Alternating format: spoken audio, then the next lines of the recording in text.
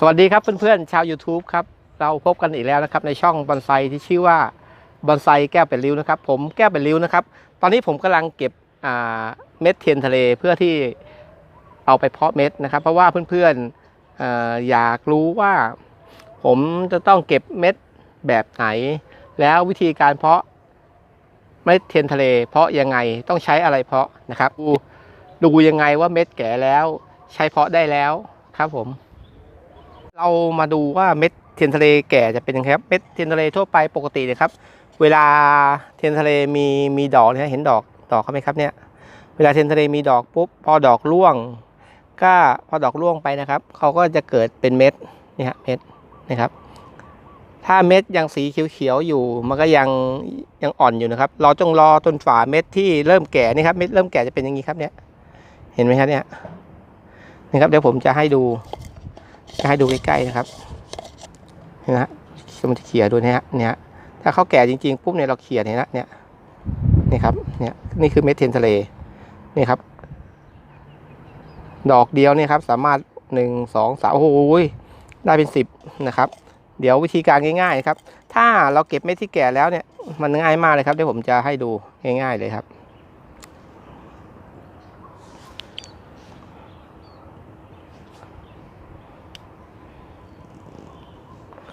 นี่ครับวิธีนี้นะนี่ครับเราเจอไม่แก่เราบิดงี้ฮะเนี่ยมันจะร่วงลงเลยนะครับเนี่ยง่ายมากนะครับเนี่ยเดี๋ยวผมจะเก็บแล้วก็เอาไปเพาะให้เพื่อนๆดูนะครับเนี่ยกำลังเลยนะฮะนี่ครับร่วงนี่เดี๋ยวดูอันนี้นะครับอันนี้ดีกว่านี่อันนี้ง่ายๆเลยนะครับเดี๋ยวผมจะนี่เห็นไหมครับเนี่ยมันปีออกมาแล้วเนี่ยเนี่ยร่วงแล้วเนี่ยนี่เหมือนกันเนี่ยร่วงออกมาแล้วนี่ครับนี่ยิ่งอันนี้นี่นะครับดูนี่ร่วงแล้วนี่ครับร่วงนี่ฮะนี่ครับเดี๋ยวดูที่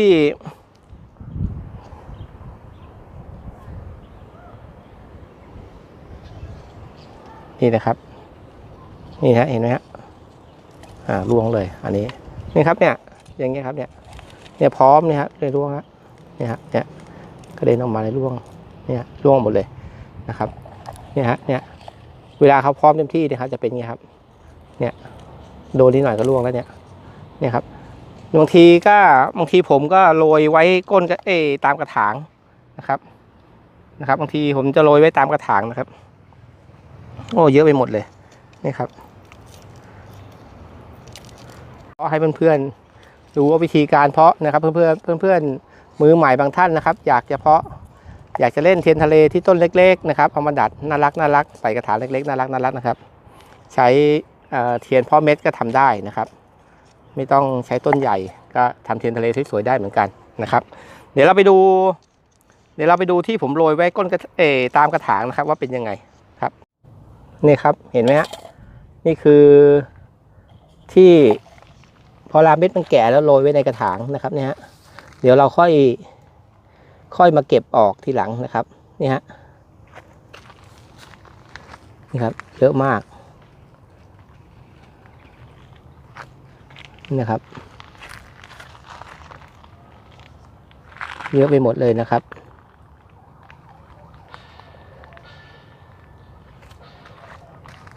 เนี่ยหลายต้นเริ่มนี่อย่างต้นนี้นี่นะครับต้นนี้ใกล้ที่จะเก็บขึ้นไปใส่กระถางชำต่อแล้วนะครับเดี๋ยวเราไปดูที่ผมคัดใส่กระถางชำนะครับนี่ครับอย่างต้นนี้นี่ครับอันนี้พอถอนได้แล้วเดี๋ยวเราจะถอนไปเลยนะครับ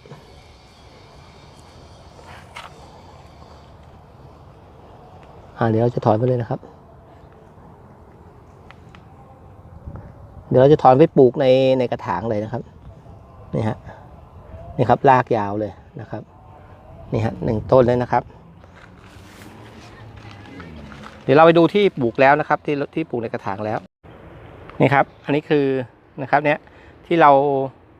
เอาขึ้นกระถางชำแล้วนี่ฮะแข็งแรงนะครับเนี่ยง่ายครับเนี่ยไม่กี่เดือนเองนะครับไม่กี่เดือนก็ได้ไม้สวยๆอันนี้ผมเพิ่งขึ้น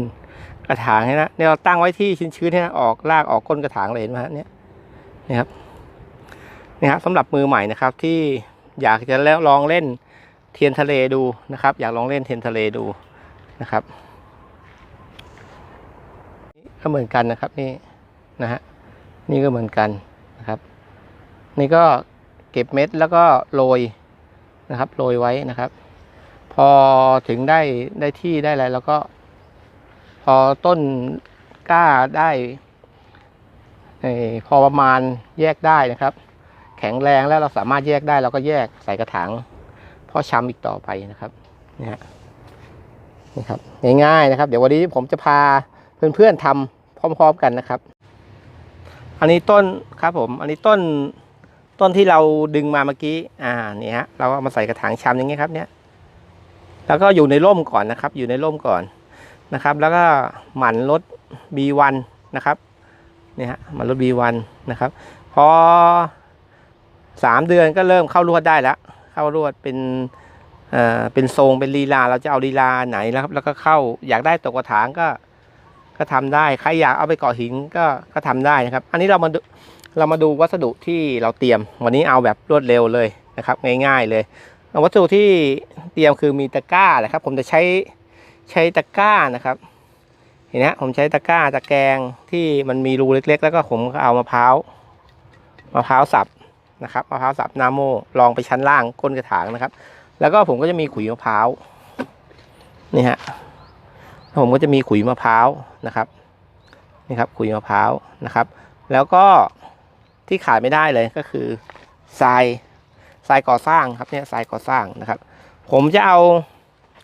ทรายกับขุยมะพร้าวผสมกันนะครับคือทำไมต้องใช้แต่ขุยมะพร้าวอย่างเดียวใช้ได้ไหมนี่เม็ดเทียนที่เก็บไว้เนี่ยเป็นไงนี่ครับเป็นพันต้นเลยนะเนี่ยนะครับเดี๋ยวเรามานั่นกันนะครับวิธีผสมก่อนนะครับเอาทรายใส่ไปนะครับใส่ไว้ในขุยมะพร้าวนะครับวันนี้เอากันแบบง่ายๆเลยนะครับนี่ครับไม่ต้องวิธีรีตองมากเอาแต่เนื้อน้ำไม่ต้องนะครับนี่ฮะสำหรับมือใหม่นะครับเนี่ยเห็นไหมฮะทรายนี่จะช่วยเรื่องความเย็นความชื้นนะครับความเย็นส่วนขุยมะพร้าวเนี่ยจะช่วยในเรื่องอุ้มน้ำนะครับเนี่ยเดี๋ยวผมใส่ทรายหน่อยนะครับนี่นะครับผมใส่ทรายไปอีกผสมได้แล้วนี่ครับไม้ชำใช้แค่นี้ก็พอนะครับหรือเพื่อนๆจะใช้น้ำผสมด้วยก็ได้แกบดำผสมด้วยก็ได้นะครับแต่ผมไม่ใช้ผมใช้แค่นี้นี่ครับเรียบร้อยนี่ฮะมีทรายกับขุยมะพร้าวนี่ฮะทรายช่วยเรื่องให้มันเย็นนะครับระบายน้ำดีนะครับมะพร้าวก็เรื่องความชื้นขุยมะพร้าวนะครับเนี่ยหลังจากเราได้ตะกร้ามาแล้วนะครับตะกร้ามาแล้วเราก็เอาขุยมะพร้าวมะพร้าวสับรองก้นไปก่อนชั้นหนึ่งนะครับรองก้นเพื่ออะไรเพื่อที่เวลาเราเอาขุยมะพร้าวใส่ลงไปแล้วเนี่ยเวลาเราลดน้ำเนี่ยมันจะได้ไม่ไหลออกก้นหมดนะครับผมก็เอาขุยมะพร้าวใส่ไปขุยมะพร้าวผสมกับทรายนะครับนี่ฮะใส่ไปนี่ครับง่ายๆครับสำหรับมือใหม่นี่ครับ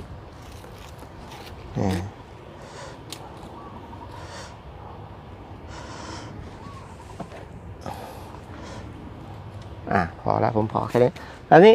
มาดูเม็ดเทียนที่เราเก็บมาเมื่อสักครู่นี้นี่ครับนี่ก็น่าจะเป็นหมื่นเม็ดนะครับนี่ฮะนี่ครับเราก็โรยไปนะครับนี่ฮะโรยเนี่ยเห็นไหมฮะโรย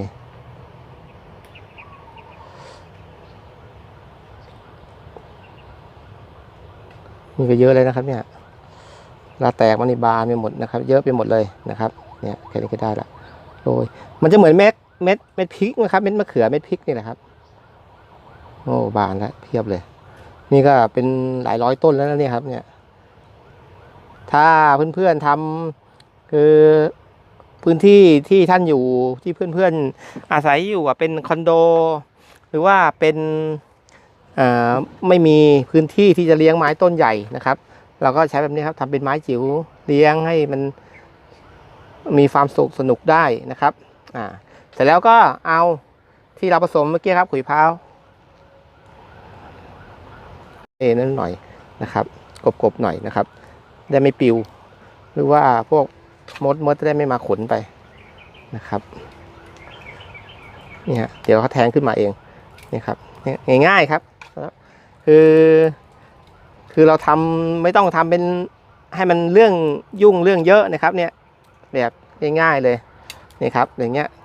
เสร็จแล้วเดี๋ยวเราเอาฝักบัวแต่รดน้ำเนี่ยผมให้เพื่อนๆใช้ฝักบัวที่ละเอียดหน่อยนะครับอย่าตักขันล่าตักอะไรนะครับเพราะว่ามันจะกระเด็นมันจะไหลออกหมดนี่ฮะเรียบร้อยนี่ครับง่ายๆครับไม่เกิน14วันเริ่มแทงให้เห็นนะครับนี่ครับสัก2 อาทิตย์3 อาทิตย์ก็ได้เห็นผลงานแล้วนี่ครับจบกระบวนการเดี๋ยวเราเอาไปรดน้ำกันนะครับผมเสร็จแล้วนะครับผมเอาไว้ในเรือนพ่อชำของผมแล้วนะครับเนี่ยใช้ฝักบัวนะฮะอย่าใช้ฝักบัวที่หรือว่าใช้ขันตักรดนะครับเนี่ยผมเห็นนะผมใช้ฝักบัวที่มันละเอียดนะครับเนี่ยเวลารดไปมันแทบจะไม่นั้นเลยนี่ครับน้ำจะซึมเฉยๆนี่ฮะนี่ครับแล้วเราก็รดน้ำไปเรื่อยๆนะครับคอยดูผลงานของเราไปเรื่อยๆนะครับนี่ฮะแค่นี้ก็ได้เพื่อนๆมือใหม่นะครับก็ได้เทียนพ่อเม็ดนะครับสำหรับทำไม้จิ๋วไม้เล็กๆน่ารักนะครับพอยาวขึ้นมาประมาณคืบนึงแล้วก็เข้าลวดไว้เลยนะครับจะเอาลวดจะเอาทรงไหนตกกระถางหรือจะเอายังไงก็ได้เลยนะครับเนี้ยอันนี้เป็นเรือนพ่อชำผมเห็นแล้วนี่ฮะนี่อันนี้ทำไว้สำหรับมือใหม่เลยนะครับอันนี้จะเป็นพวก